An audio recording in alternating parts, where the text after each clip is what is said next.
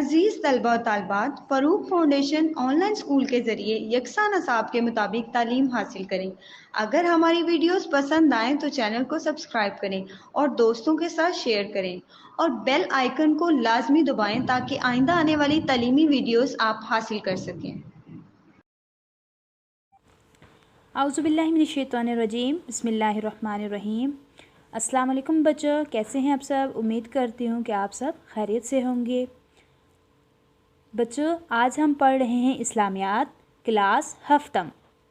आप सब जानते हैं कि इससे पहले वाले लेक्चर में हमने पढ़ा था रोज़ा और रोज़े की अहमियत।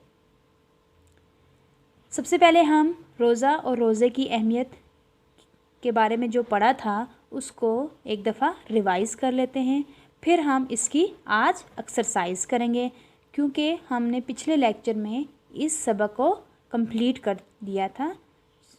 सो अब हम आज इसकी एक्सरसाइज करेंगे। एक्सरसाइज करने से पहले बच्चों, हम सबसे पहले इस चैप्टर को रिव्यू कर लेते हैं।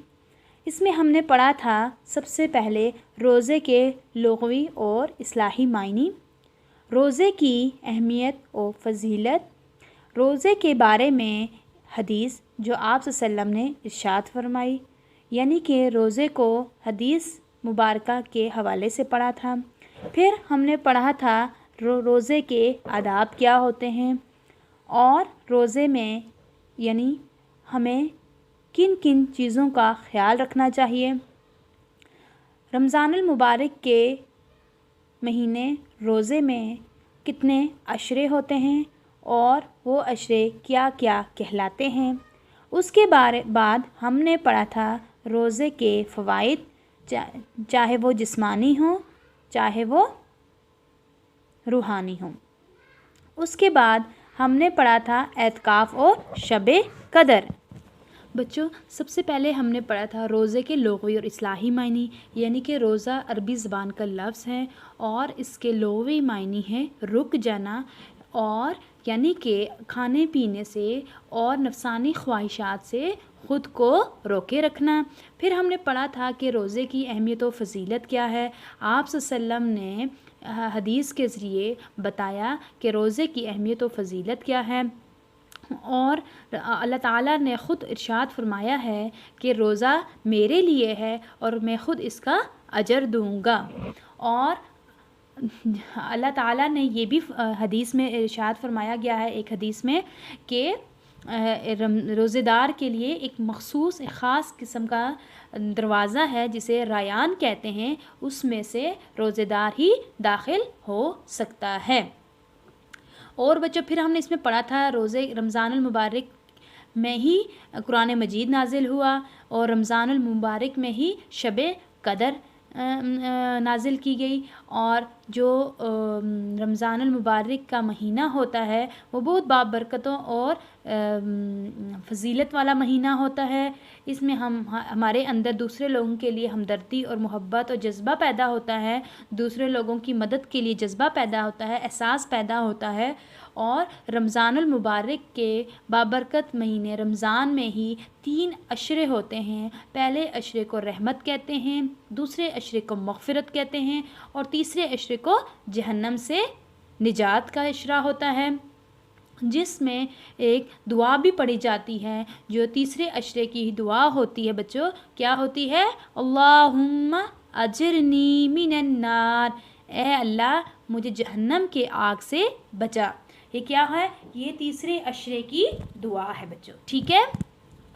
फिर इसी में ही फरमाया गया है कि इन्हीं आखिरी रातों में से आखिरी अशरे के 10 दिनों में ताक रात को तलाश करो। ये बहुत बाबरकत और फ़जीलत वाला महीना होता है जिसमें हम रोज़े रहकर हम बुराइयों से दूर होकर अल्लाह ताला की खुशनुदी हासिल कर सकते हैं।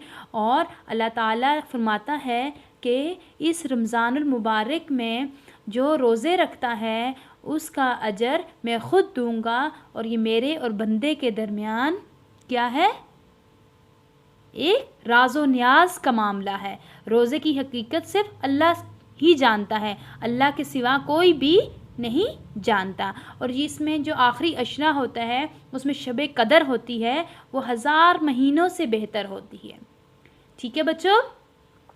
फिर हमने इसमें रमज़ानुल मुबारक के रोज़ों के रूहानी और जिस्मानी फ़वाइद भी पढ़े थे कि रोज़ा हमें दिन भर की तमाम बुराइयों से रोके रखता है और ये हमें मुख्तलिफ़ किस्म की बीमारियों से भी दूर रखता है।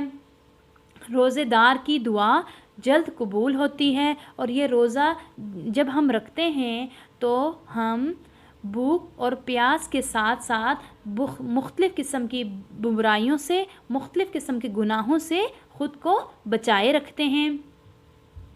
और इस तरह हम जब पूरा दिन भूखा और प्यासा रहते हैं तो हमारे अंदर क्या होता है, जज्बा पैदा होता है। हमारे अंदर किस चीज़ का जज्बा पैदा होता है बच्चों? हमारे अंदर दूसरे लोगों की भूख प्यास का, हमदर्दी का जज्बा पैदा होता है कि हम उन लोगों की मदद करें, उन लोगों का भी रमज़ानुल मुबारक में ख़्याल रखें, सहरी और अफ्तार में भी उनका ख़्याल रखें। ठीक है बच्चों। और जो रमज़ान के मुबारक रोज़े होते हैं वो रोज़ा बदन की ज़कात होती है। ठीक है ना बच्चों। मैंने आपको पहले बताया था कि हर चीज़ की ज़कात होती है, जैसे माल की ज़कात होती है, इसी तरह इंसान के बदन की भी यानी जिस्म की भी ज़कात होती है और वो ज़कात क्या है? रोज़ा है। और इसी तरह हम रमज़ानुल मुबारक के महीने में किस चीज़ का एहतमाम करते हैं बच्चों? हम तरावी का एहतमाम करते हैं, हम जुम्मे के रोज़ सलात तस्बीह का एहतमाम करते हैं और आखिरी अशरे में जो आखिरी अशरा होता है जहन्नम से निजात का अशरा होता है, यानी उसमें हम लोग एतकाफ़ का भी एहतमाम करते हैं। और ये एतकाफ़ जो होता है ये आखिरी 10 दिन का होता है जिसमें मर्द हज़रात जाके मस्जिद में ये दिन गुजारते हैं, अल्लाह ताला की इबादत करते हैं, अल्लाह ताला की इबादत में मशगूल होते हैं और बुरे कामों से बचे रहते हैं और नमाज़ पढ़ते हैं, कुरान पढ़ते हैं और मुख्तलिफ़ जो नफली इबादत हैं उनको अदा करते हैं। जो ख़वातीन हज़रात होते हैं, ख़वातीन होती हैं, वो क्या करती हैं? इसको घरों के अंदर इसका एहतमाम करती हैं। ठीक है बच्चों। आपको समझ आ गई है कि रोज़ा क्या है, रोज़े की अहमियत और फ़जीलत क्या है, रोज़े के क्या फ़वाइद हैं, रोज़े के क्या आदाब हैं। आदाब में भी यही होता है बच्चों कि हम रोज़े का ख़्याल रखें, रोज़े में जो जिन चीज़ों से, जिन बातों से मना किया गया है हम उन चीज़ों से मना रहें, यानी हर बुरे काम से ख़ुद को दूर रखें। चलें बच्चों, ये था इसका रिव्यू। इस पूरे चैप्टर का मैंने आपको रिव्यू दिया। अब हम जल्दी से इसकी एक्सरसाइज की तरफ आते हैं और इसकी क्वेश्चन आंसर की तरफ आते हैं और फिर इंशाल्लाह हम इसकी जो एक सरगर्मी है वो भी करेंगे। चलिए हम सबसे पहले शुरू करते हैं इसके एक्सरसाइज। ओके बच्चों, इसकी एक्सरसाइज में है सवाल नंबर 1, दर्ज झेल के मुख्तसर जवाब दें, यानी कि ये आपके शॉर्ट क्वेश्चन आंसर, इसके आपने मुख्तसर जवाब देना है। अब सबसे पहला क्वेश्चन क्या है, पहला सवाल क्या है, रोज़े के लुग़वी और इस्लाही मायने क्या हैं? ये क्या है? रोज़े के लुग़वी और इस्लाही मायने क्या हैं? अब हम चलते हैं इस सबक की तरफ जहाँ पे इसका जवाब है। मैं आपको बताती हूँ कि इसका जवाब कहाँ पे है। आपने निशान लगाना है अपनी बुक के ऊपर और वहाँ से आपने इसको याद करना है। बच्चों, पहले सवाल का जवाब है कि हमको क्या सवाल था, रोज़े के लुग़वी और इस्लाही मायने बयान करें। रोज़े को अरबी ज़बान में सौम कहते हैं। सौम का लुग़वी मायने रुक जाना है, मसलन खाने पीने, गुफ्तगू करने और किसी भी काम से रुक जाने को सौम कहते हैं। ये बच्चों क्या है इसका लुग़वी मायने। लुग़वी मायने में आपने क्या बताना है कि जो रोज़ा है वो अरबी ज़बान का लफ्ज़ है जिसे सौम कहते हैं। अब सौम के भी लुग़वी मायने क्या हैं? रुक जाना है। मैंने आपको बार बार बताया है, खाने पीने, गुफ्तगू करने, किसी भी गलत गुफ्तगू करने, किसी भी काम से रुक जाने को सौम कहते हैं। अब हम अगला पढ़ते हैं इस्लाही मायनी। शरई इस्लाम में सौम या रोज़े का मफ़हूम ये है कि इंसान सुबह यानी सुबह सादिक से लेकर गुरूब आफ्ताब तक खाने पीने और दीगर नफसानी ख्वाहिशात से मुताल्लिक रुक जाए। ये इसका क्या है? इस्लाही मायनी क्या है। पहले हमने क्या पढ़ा था? लुग़वी मायनी। अब ये इसका क्या है? इस्लाही मायनी। ठीक है, अब आप एक पेंसिल लें और यहाँ से इसका निशान लगाएं, यहाँ से लेकर रोज़े का हकीकी तकाज़ा ये है कि हर बुराई ख़ता से अपने दामन को बचाए और अल्लाह ताला की मुकर्रर करदा हुदूद का पाबंद रहे। यहाँ तक इसका क्या है? पहला आंसर है। ठीक है, ये आपने सारा याद करना है। ये पहला क्वेश्चन का आंसर है। ओके बच्चों, अब हम आते हैं दोबारा पेज नंबर 24 पे। अब हम दूसरा क्वेश्चन इसका क्या है? रोज़ा रखने की अहमियत पर एक हदीस नबवी तहरीर करें। यानी कि अब हमने रोज़े की जो अहमियत है उस पर कोई सी भी एक हदीस बयान करनी है। हदीस क्या होता है? जो आप सलातु वस्सलाम ने फरमाया हो, जिसके बारे में फरमाया हो, वो हदीस होती है। अब हम एक हदीस तहरीर करेंगे। ओके बच्चों, अब हम आप वापस आ जाएं पेज नंबर 21 पे यानी 21 पे। इस पे हदीस है, रोज़े की फ़र्ज़ियत के बारे में इरशाद बारी ताला है, या अय्युहल्लज़ीना आमनू कुतिबा अलैकुमुस्सियामु कमा कुतिबा अलल्लज़ीना मिन क़ब्लिकुम लअल्लकुम तत्तक़ून। ये क्या है? इरशाद बारी ताला है, यानी कि ये इरशाद बारी ताला है, ए ईमान वालो, तुम पर रोज़े इसी तरह फ़र्ज़ किए गए जिस तरह तुमसे पहले लोगों पर फ़र्ज़ किए गए थे, ताकि तुम मुत्तकी बनो। ओके बच्चों, अब हम इसकी तीसरे क्वेश्चन की तरफ चलते हैं, जो है रोज़ा रखने का मकसद बयान करें। अब इसमें रोज़ा रखने का हमारा क्या मकसद होता है कि हम अल्लाह ताला के करीब रहें, अल्लाह ताला ने जो हुदूद मुकर्रर की हैं उन हुदूद को पार ना करें, बुराइयों से बचे रहें, हर गलत काम से बचे रहें और अल्लाह ताला की फरमाबरदारी करें और नफली नमाज अदा करें और जो भी इबादत के बारे में हुक्म दिया गया है उस हुक्म को मुकम्मल करें, उस हुक्म की पैरवी करें, ताकि हमारा रोज़ा कबूल हो और हमें इसका अजर सवाब मिले। अब अगला है रमज़ानुल मुबारक के आखिरी अशरे की अहमियत बयान करें। जैसे कि बच्चों मैंने आपको बताया था कि रमज़ानुल मुबारक का आखिरी अशरा कौन सा होता है? जहन्नम से निजात का। इस आखिरी अशरे की बहुत अहमियत व फ़जीलत है और इसमें अल्लाह ताला ने फरमाया है कि इसमें इबादत की जाए, इसमें नवाफिल अदा किए जाएं, इसी में एतिकाफ़ का एहतमाम किया जाए, क्योंकि इन्हीं आखिरी 10 दिनों में हम ताक रातों को तलाश करते हैं। अब अगला क्वेश्चन है, शब कदर की अहमियत बताएं। शब कदर की अहमियत क्या है? ये हम चलते हैं पेज नंबर 23 यानी 23 पे। अब बच्चों, शब कदर की जो अहमियत है वो यहाँ से होगी। कुरान मजीद की सूरह कदर में शब कदर का ज़िक्र है। ये वो रात है जिसकी इबादत 1000 महीनों की इबादत से बेहतर है। नबी अकरम सल्लल्लाहु अलैहि वसल्लम ने फरमाया कि लैलतुल कदर रमज़ान की आखिरी 10 रातों में तलाश करो। ये क्या है? शब कदर की अहमियत। ठीक है बच्चों, समझ आ गई आपको? चलें, अब हमारे हो गए हैं शॉर्ट क्वेश्चंस, अब हम चलते हैं लॉन्ग क्वेश्चन की तरफ। ओके बच्चों, अब हमारे लॉन्ग क्वेश्चन है, क्वेश्चन नंबर 2 है, दर्ज झेल के तफसीली जवाबात दें। पहला क्वेश्चन है, कुरान और हदीस की रोशनी में रोज़े की अहमियत और फजीलत पर रोशनी डालें। ओके बच्चों, इसका आंसर है अहमियत और फजीलत से लेकर, चले हम इसको पहले पढ़ लेते हैं। अल्लाह ताला ने अपने बंदों के लिए इबादत के जितने भी तरीके बताए हैं, इनमें से कोई ना कोई हिकमत ज़रूर पोशीदा है। इनमें नमाज अल्लाह ताला के वसाल का ज़रिया है, इसमें बंदा अपने माबूद हकीकी से गुफ्तगू करता है। इसी तरह रोज़ा भी नफ्स की पाकीज़गी का एक ज़रिया है जो कि तकवा का बाइस बनता है। रोज़े की फ़र्ज़ियत के बारे में इरशाद बारी ताला है, तर्जुमा, ए ईमान वालो, तुम पर रोज़े इसी तरह फ़र्ज़ किए गए जिस तरह तुम से पहले लोगों पर फ़र्ज़ किए गए थे, ताकि तुम मुत्तकी बनो। इस आयत में रोज़े की हिकमत ये बयान की गई है कि तक़वा का बाइस है। रोज़ा दूसरी तमाम इबादत से मुनफरिद इसलिए है कि खुदा और बंदे के दरमियान राज़ो नियाज का मामला है। रोज़े की हकीकत अल्लाह ताला के सिवा किसी को मालूम नहीं होती। ठीक है बच्चों, इसका आंसर आप यहाँ तक लगा दें। ये जो इसकी पहला लॉन्ग क्वेश्चन है।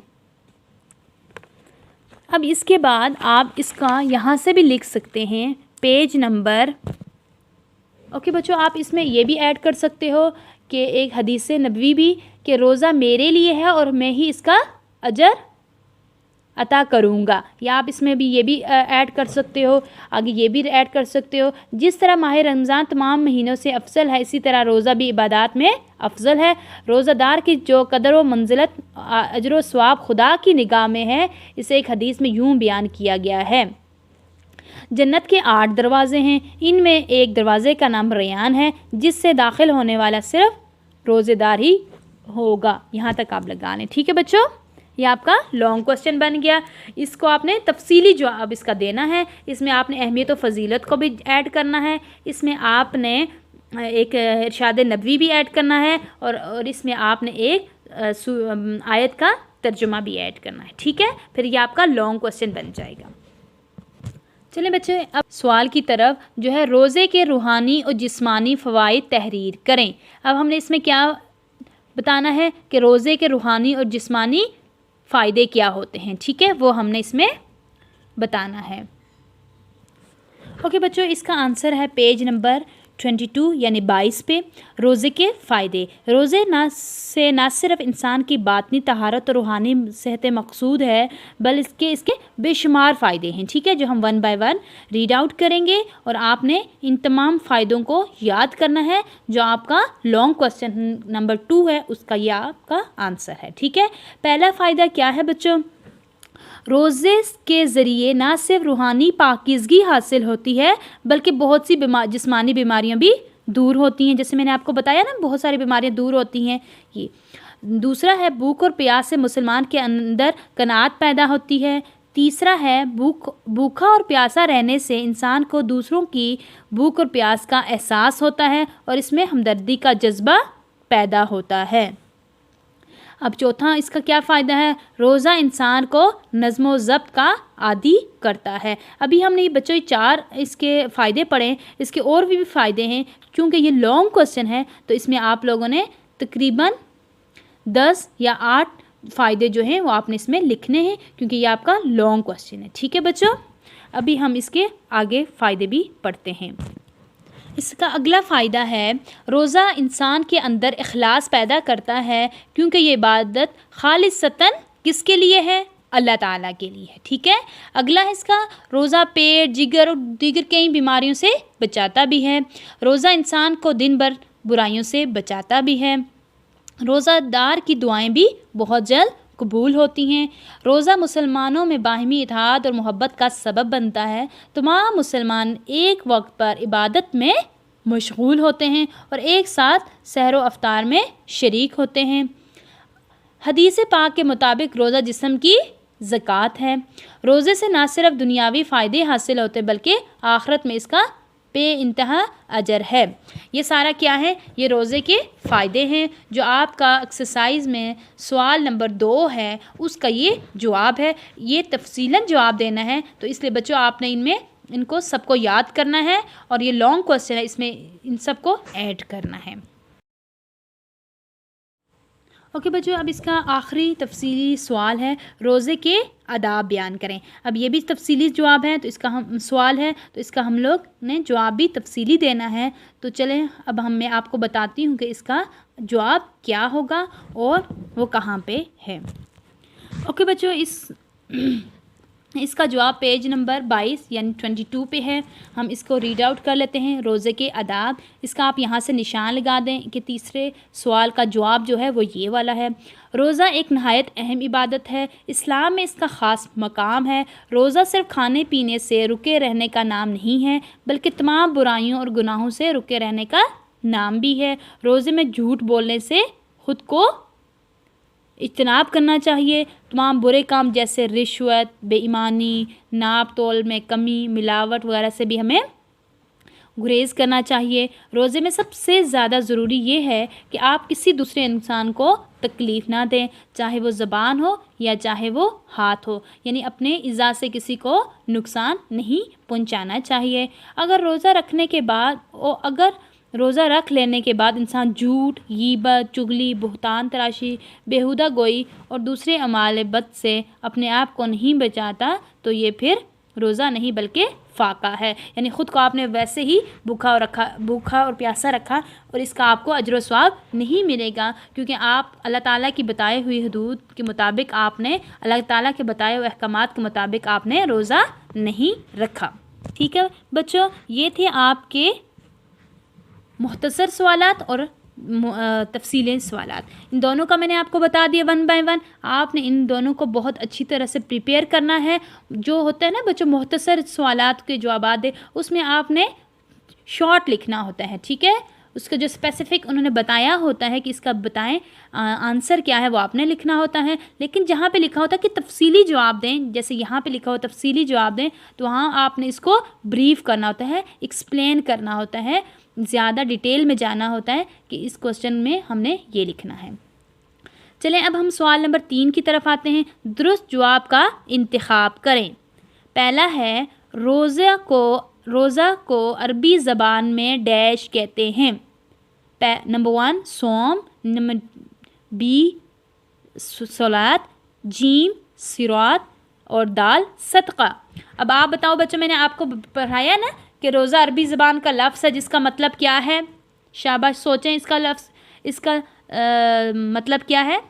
अरबी में ज़बान में रोज़े को क्या कहते हैं? वेरी गुड, क्या कहते हैं? सोम। गुड, इसको आप शाबाश अंडरलाइन कर लें या सर्कल लगा लें ताकि आपको याद रहे। नेक्स्ट वन इज़, हदीस के मुताबिक रोज़ा बदन की डैश है। इबादत, बे ज़कात, जीम वर्जिश, दाल ज़रूरत। अब हदीस के मुताबिक जो है रोज़ा क्या है, बदन की क्या है हमारी, बताएं मुझे शाबाश। आप सब सोचिए क्या है। शाबाश, वेरी गुड। हदीस के मुताबिक रोज़ा बदन की ज़कात है। Very good. अब ज़कात को आप लोग सर्कल लगा लो। Good. Third one is, Ramzan अल मुबारक के आखिरी अशरे में मुसलमान डैश का एहतमाम करते हैं। क्या करते हैं बच्चों? सलात तस्बीह पढ़ते हैं, तरावी पढ़ते हैं, एतकाफ़ करते हैं, हज अदा करते हैं। आखिरी अशरे में हम क्या करते हैं? सलात तस्बीह तो जुम्मे को पढ़ते हैं ना, वो तो नहीं होगा। तरावी क्या करते हैं? हम रोज़ पढ़ते हैं इशा की नमाज के बाद, वो भी नहीं होगा। एतकाफ़, क्या हम लोग आखिरी अशरे में एतकाफ़ करते हैं? हज करते हैं? हज तो नहीं करते ना रमज़ान के महीने में आखिरी अशरे में। क्या होगा इसका आंसर? एतकाफ़। वेरी गुड, गुड, इसको आप सर्कल कर लें। मुसलमान लैलतुल क़द्र रमज़ान मुबारक के डैश में तलाश करते हैं। क्या तलाश करते हैं? पहले लैलतुल को कब तलाश करते हैं? पहले अशरे में, दूसरे अशरे में, तीसरे अशरे में या आखिरी दिन में? लैलतुल क़द्र को किस में तलाश करते हैं हम लोग? आप सल्लम ने फरमाया था ना लैलतुल क़द्र को आखिरी 10 दिनों में तलाश करो। तो 10 दिन आखिरी कौन सा होता है? सोचिए बच्चों, कौन सा होता है? तीसरा अशरा। वेरी गुड, इसको अंडरलाइन कर लें, इसको सर्कल लगा लें, तीसरा अशरे में। ओके बच्चों, ये अब हमारे हो गए कंप्लीट। अब हम चलते हैं सवाल नंबर 4 की तरफ, जिसका है सवाल नंबर 4, खाली जगह पुर करें। सोम का लुग़वी मायनी डैश है। क्या है सोम का लुग़वी मायनी? जल्दी से बताएं मुझे शाबाश। सोम का लुग़वी मायनी है रुक जाना। वेरी गुड, यहाँ पे लिखें रुक जाना। लिख लिया सबने? Very good. अब हम अगली ब्लैंक्स की तरफ चलते हैं। नमाज अल्लाह ताला के डैश का ज़रिया है। क्या आएगा डैश में? नमाज अल्लाह ताला की डैश का ज़रिया है। डैश में क्या आएगा बच्चों, बताएं मुझे शाबाश जल्दी से। मैंने आपको पढ़ाया था ना ये, विसाल। वेरी गुड, लिखे यहाँ पे विसाल का ज़रिया है। आगे है तीसरी ब्लैंक, रोज़े की हकीकत डैश के सिवा किसी को मालूम नहीं होती। क्या मैंने आपको बताया था ना कि रोज़े का सवाब अल्लाह ताला ख़ुद ही देंगे और रोज़े की हकीकत अल्लाह ही को पता है और ये अल्लाह और इंसान के दरमियान ही राज़ो नाज का ज़रिया है। तो यहाँ पे क्या आएगा ब्लैंक के अंदर? रोज़े की हकीकत किसको पता होती है? अल्लाह ताला को। Very good. थर्ड में लिखें अल्लाह ताला। अब हम अगली ब्लैंक की तरफ चलते हैं जो पेज नंबर 25 पे है। ओके बच्चों, अब हम पेज नंबर 25 पे आते हैं। पेज नंबर 25 को ओपन करें। हम अगली ब्लैंक की तरफ चलते हैं। हमारी अगली ब्लैंक है, खाली जगह है, शबे कदर डैश महीनों से बेहतर है। क्या आएगा इसमें? हमने पढ़ा था ना शबे कदर जो है वो कितने महीनों से बेहतर है। क्या आएगा यहाँ पे? सोचें जल्दी से। 1000 महीनों से बेहतर है। कितने महीनों से बेहतर है? 1000। यहाँ पे 1000 लिखें। लिख लिए सब ने? ओके, अब हम अगली खाली जगह की तरफ चलते हैं जो है 5वीं खाली जगह। क्या है? रोज़ादार जन्नत के दरवाज़े से डैश दाखिल होगा। क्या है? रोज़ादार जन्नत के दरवाज़े किससे दाखिल होगा? उस दरवाज़े का क्या नाम था बच्चों? सोचो शाबाश जल्दी से। मैंने पढ़ाया था ना, उस रोज़े का क्या नाम था? रायान। लिखें रायान। रायान से दाखिल होगा। ओके बच्चों, ये थी हमारी एक्सरसाइज जो आज हमने की। उम्मीद है कि आप सबको समझ आ गई होगी और आपको बहुत अच्छे तरीके से समझ आ गई होगी। अब बच्चों आगे है सरगर्मी। हम इसको देख लेते हैं। पहले ये देखें, एक बॉक्स है, बॉक्स के अंदर कुछ चीज़ें रखी हुई हैं जो हम इफ़्तार के वक़्त खाते हैं, जिससे हम इफ़्तार करते हैं, जिनमें समोसे हैं, चाय है और डिफरेंट चीज़ें हैं जिनसे हम लोग सहरो इफ़्तार करते हैं। सहरी में भी डिफरेंट चीज़ों को इस्तेमाल करते हैं और इफ़्तार में भी। हमें हेल्दी फूड लेनी चाहिए ताकि हमें दिन भर हमें भूख कम लगे और हम लोग अच्छी तरह से अपने रोज़े को बरकरार कर सकें। चलें बच्चे, अब हम लोग चलते हैं अगली सरगर्मी की तरफ। यह आपको नज़र आ रहा होगा, एक ग्रीन बॉक्स है, उस बॉक्स के अंदर लिखा हुआ है सरगर्मी। सरगर्मी क्या है? तुलबा रमज़ानुल मुबारक में अपने मामूलात की फ़हरिस्त बनाएं। यानी कि क्या बनाना है? तुलबा एक लिस्ट बनाएं जिसमें उन्होंने अपने सहरो अफ्तार की चीज़ों के बारे में लिखना है, अपने सहरो अफ्तार की। ठीक है बच्चों, इसमें आपने ये एक फ़हरिस्त बनानी है, यानी एक लिस्ट बनानी है कि आपने रमज़ानुल मुबारक के महीने में जो रोज़े रखने हैं उसमें अपने क्या मसरूफ़ियात रखनी है, किस तरह इबादत करनी है, किन किन टाइम पे किस वक्त पे कुरान मजीद पढ़ना है, और एक इस तरह की आपने एक लिस्ट बनानी है। ओके बच्चों, अब अगले है कि बराए असातिज़ा कराम के लिए है, टीचर के लिए है कि तुलबा को नफली रोज़ों की फजीलत से आगाह करें। तुलबा को बताएं कि दूसरे मज़ाहिब में भी रोज़े रखे जाते हैं। डिफरेंट, आपको पता है कि हमारे इस दुनिया में डिफरेंट मज़ाहिब हैं, इस्लाम है, इस तरह के मुख्तलिफ हर तबके के अपने अपने मज़ाहिब होते हैं, उनमें भी वो रोज़े रखते हैं। और जो नफली रोज़े होते हैं, जो डिफरेंट तरह के नफली रोज़े होते हैं, वो भी जो हम रखते हैं उनका हमें सवाब होता है। और इस तरह शबे मिराज का एक रोज़ा होता है, शबे कदर और शबे बारात का रोज़े होते हैं, ये हमारे नफली रोज़े होते हैं। लेकिन जो रमज़ानुल मुबारक के रोज़े होते हैं वो रोज़े फ़र्ज़ी इबादत होती है, वो फ़र्ज़ होते हैं हम पे। ठीक है बच्चों, आपको मैंने रोज़ा और इसकी अहमियत पढ़ाया, उसमें मैंने सारे टॉपिक को क्लियर किया। उसके बाद हम लोगों ने एक्सरसाइज की। आज हमारा जो लेक्चर था वो एक्सरसाइज पे था। आज हमने एक्सरसाइज में मुख्तसर सवालात किए, तफसीली सवालात किए और MCQs किए, ब्लैंक्स की और एक सरगर्मी भी की। उम्मीद है कि आप सबको मेरे इस आज का लेक्चर समझ आ गई होगी इंशाअल्लाह ताला। अब हम नए सबक के साथ आएंगे, एक नए लेक्चर के साथ आएंगे। तब तक आपने अपना बहुत सारा ख्याल रखना है। तब तक इजाज़त